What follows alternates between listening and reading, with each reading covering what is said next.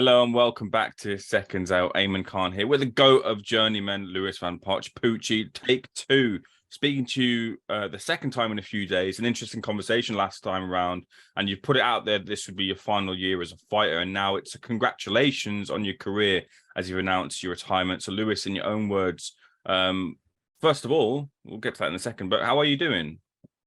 Yeah, I'm all right, thanks, mate. Yeah, I'm all good. Yeah, like I said, second chat in a couple of days, and a bit better spirits than I was the other day. Mm-hmm. So yeah, all good. Good to hear. Good to see you in better spirits. Why is this the right time for you to close the curtain on your career, Lewis? Well, this is always going to be my last year. One, because I've been doing it for 10 years. Two, like the new medical side of it is a bit more rigorous and seems a bit more hassle than it's worth at this stage of my career. And it just feels like the right time. Like it's a young man's sport. I'm not an old man by any stretch of the imagination. But in boxing terms, I probably am a little bit. I've been a boxer for almost 20 years. Which to some people isn't a long time, but to other people it is. And yeah, it's starting to take its toll on my body a bit. Like my back's a bit stiff a lot, my shoulders hurt a lot. Training's a bit harder because my shoulders hurt. Yeah, it's just I'm just ready to give it up, and just nice to go out with a little swan song. Speaking of that swan song, you got one last dance. What are the details here, Lewis? Where is this taking place, and could this possibly be for a title at all? So it's going to be on the 25th of March on a Sanagar events show in Bristol, which is where I reside these days. So nice one in my hometown. I'm with friends and family there. I don't know. It won't be for a title. No, it's just going to be a 6-round bout. It's not going to be a move around as such because I'm fighting another journeyman. So if you want to try and come take me off, you can. And we go from there. You've got to sell tickets again for the first time in a very long time here, Lewis. Confident of getting that sellout? Yeah, I think I'll do it well. I've had a fair bit of interest already. People who have been following my career for most of it will have always said, "Oh, when you fight locally, I'll come. I've got to see you fight once before you retire," and obviously that's imminent now. So those people, hopefully they'll put their money where their mouth is, and yeah, it'd just be nice to have a little. Like people that went to my first fight, I've not been to the other 169, will be there for my last one. Like my uncle, for instance, he comes to my debut. He's not been to any fight since.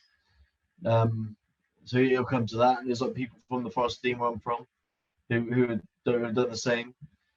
So yeah, it'd be a nice one. It'd be nice to have my friends and my family there. Like my mum's not in the best health, so it'd be nice for her to see.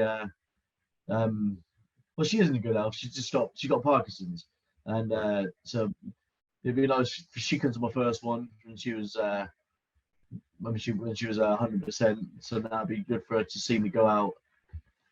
Now she's fine. She just got Parkinson's. That's all. So yeah, so it'd be nice for her to see my last fight.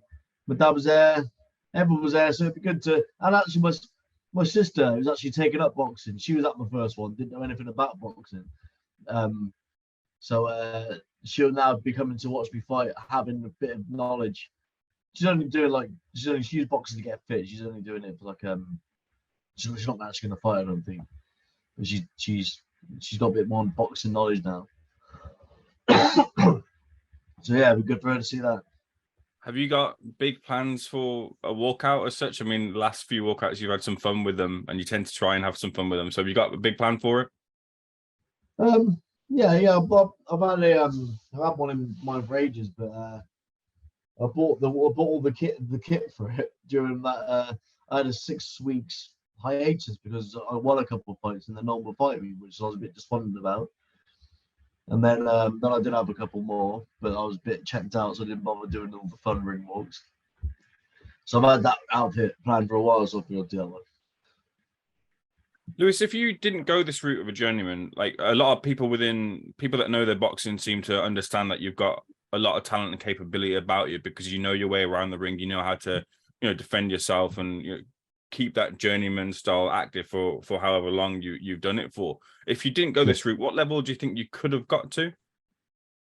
That I've been asked this before. My answer is that's probably a bit impossible to answer because the way I describe my career is I was bang average as an amateur. I got to the quarterfinals, but I only ever won the Western Counties.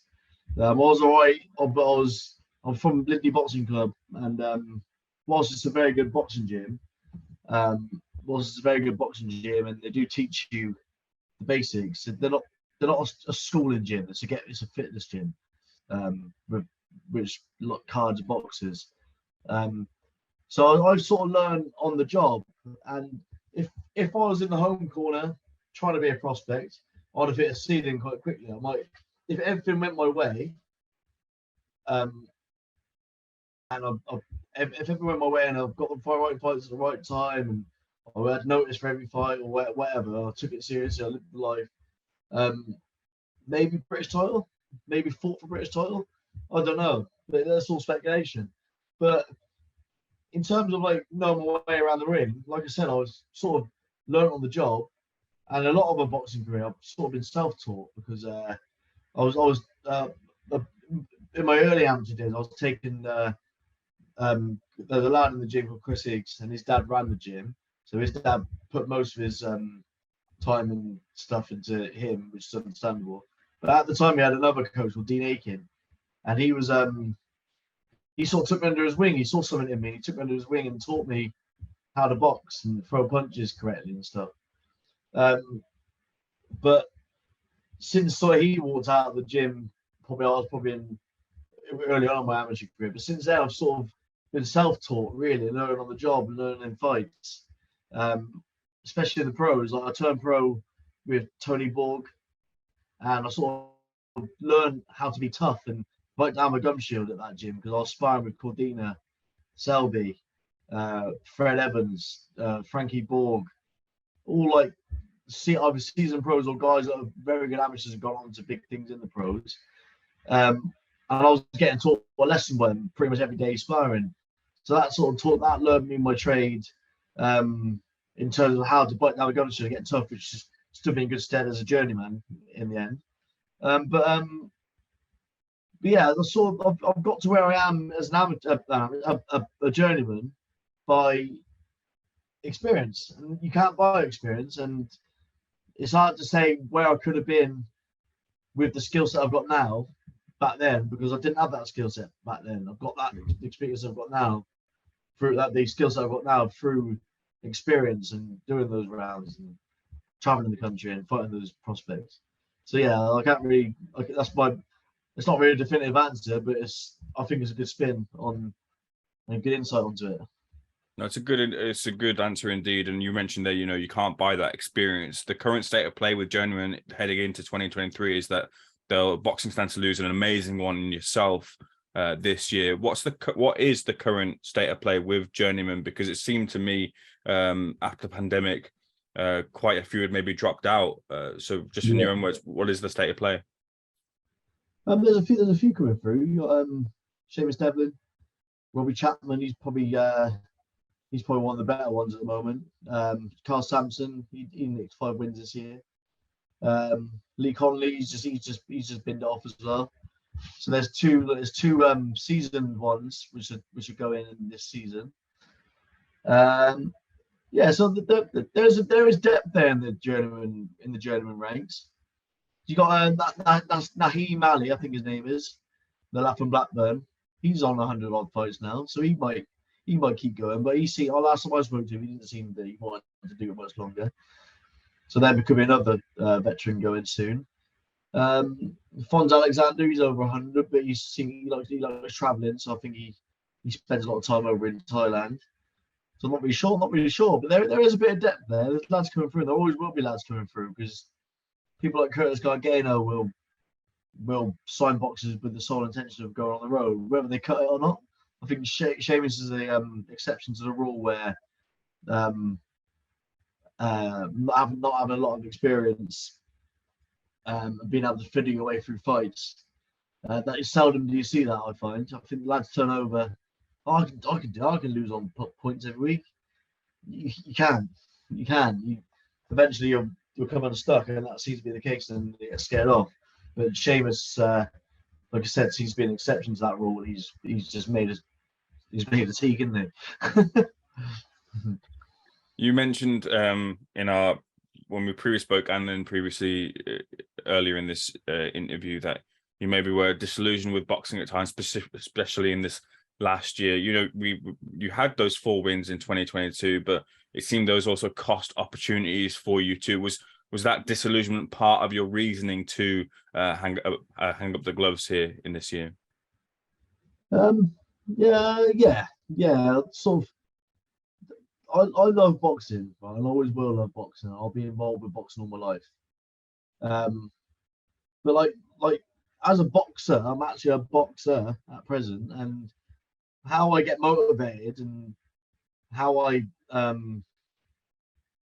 get myself to the gym and what I look forward to was fighting on the weekend. And then that was just taken out of my hands by like picture this: you get good at your job and you don't get any work. Like it's the only job in the world where you get better at it and the work stops. You don't get paid any more, you don't get paid any less, but you don't get any work. So it's the only job in the world. So that did disillusion me a little bit, but I've had one foot out of boxing for probably about 12 months now. Well, maybe not 12 months, probably about 6 months. I've done my medical in June, and then I had a flag up on my brain scan. I had to get that checked. So I was a bit like, oh well, I sort of left it into the. I left my boxing fate in the hands of the boxing gods, where I had to go and get a checkup on this whatever flagged up on my brain scan, and I sort of went there a bit nonchalant to the point that where the report was he was a bit too laid back for the severity of the interview. What I was doing, it was like a cognitive function test. I was very laid back. To pass, if I don't, I don't. And that was a report she put on there. So that she basically said he's sick as fuck, but there's nothing wrong with his brain. But yeah. So I passed that. I thought, I'll tell you what, I'll carry on then. I might as well have 1 more year. It'd be nice to sail off in the sunset. I always had 10 years in my head that I wanted to do 10 years. I've done 10 years now. So when that disillusion started with the fights drying up, that sort of force my hand a little bit and give me a kick at the backside. And I tried getting up for it again. It didn't really work. I went off on holiday a couple of times. But again, those holidays didn't give me the motivation.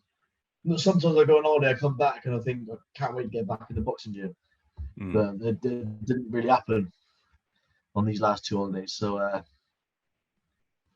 think I've got everything in black and white now, and it's just time to give it up. I spent the whole of Christmas thinking about what I was going to do, and I had on the number I'm on now. But then I saw that a show had been announced in Cardiff in February, and I was like, oh, that's perfect timing. So I got in contact with Jamie Sanagar, who was promoting the show, and I said, can I get on that show? He said, no, it's full, but we've got one in Bristol in March. So I said, let me think about it. I thought that's a good one. It's in my hometown. It's 5 minutes away from where I live, literally walking. So yeah, it's the stars have aligned, basically. And it's nice. It'd be nice to go out on a home show, literally down the road from where I live. Might out with my mates after, and then sail off into the sunset. You You saying it's 5 minutes down the road is giving me Scott Quigg walking to the arena vibes for your last walkout. I did think about that. But let's get into the memories, Lewis. Over the time period in which you've spent in boxing, doing the playing the journeyman role to the level that you've played it at, what kind of stands out as the memories that you'll take from that into your future? In terms of being a journeyman, what memories I think of being a journeyman? Well, I was just this sounds big-headed here, but I don't mean it to sound this way. But before I started the whole Queensberry rules thing with the Tash, I was just another boxer, and no one really gave a fuck about me. I get the odd bit of stuff like this going on, but not very often. And then I had a bit of a sabbatical from boxing. I come back, and then that's when the Bronson style was born. And then I just sort of shot up through on the small hall boxing circuit and the boxing industry. People within boxing started recognizing me, know who I am, and then that was sort of kickstarted me into being a bit of a name in small hall boxing away corner thing. And then so that's probably the turning point of my boxing career. And then there's times in your boxing career you think, am I good enough for this? And then I thought, screw it, I'll try have a go on some of these fights, and then started winning. So that'll be ingrained in the memory, as well as obviously all the quirky fun ring walks. Because after the Bronson thing stopped, I didn't really do anything for a little bit, and then everyone was asking me, what are you gonna do? What are you gonna do? Where's Bronson? So I thought I have to do something else. So I just started theming the ring walks, and so that'll be probably the main things that stand out, as well as I don't think I've ever been good at really is boxing, and to be on the telly, having a TV camera in front of me, walking me down the ring.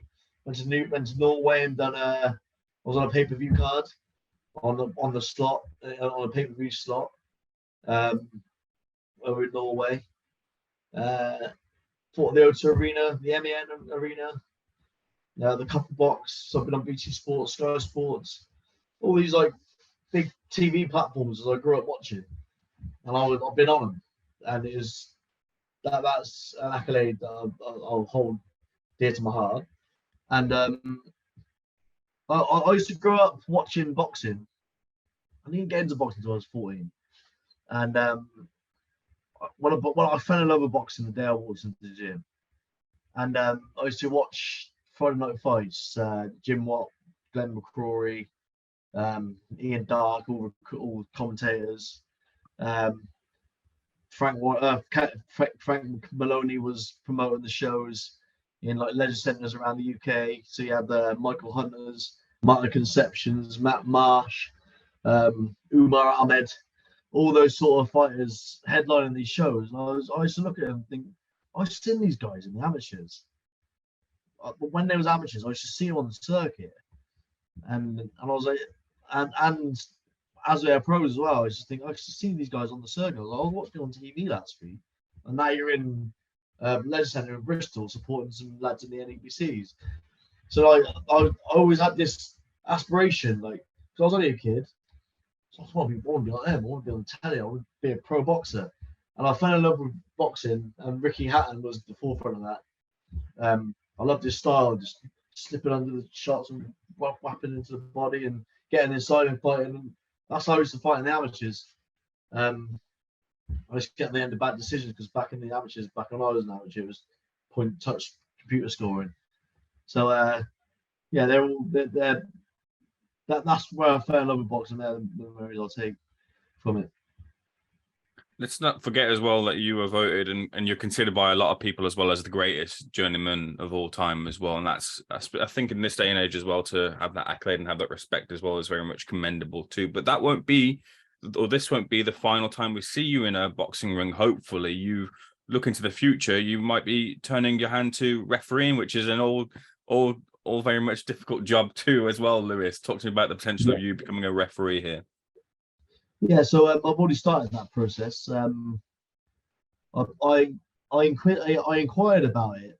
2019, I was at a boxing event in Belfast, and when there's a championship fight on, you need referees and judges from other areas to go over and judge them. So I was in the bar with all the British Boxing Board of Control referees and judges that have been flown in to take care of the judging and the scoring of that show.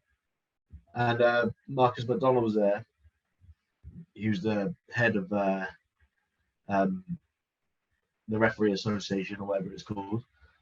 And I mentioned to him, I started doing the impressions of the refs and they was all laughing and joking. And then I went, I reckon I'll be a good ref.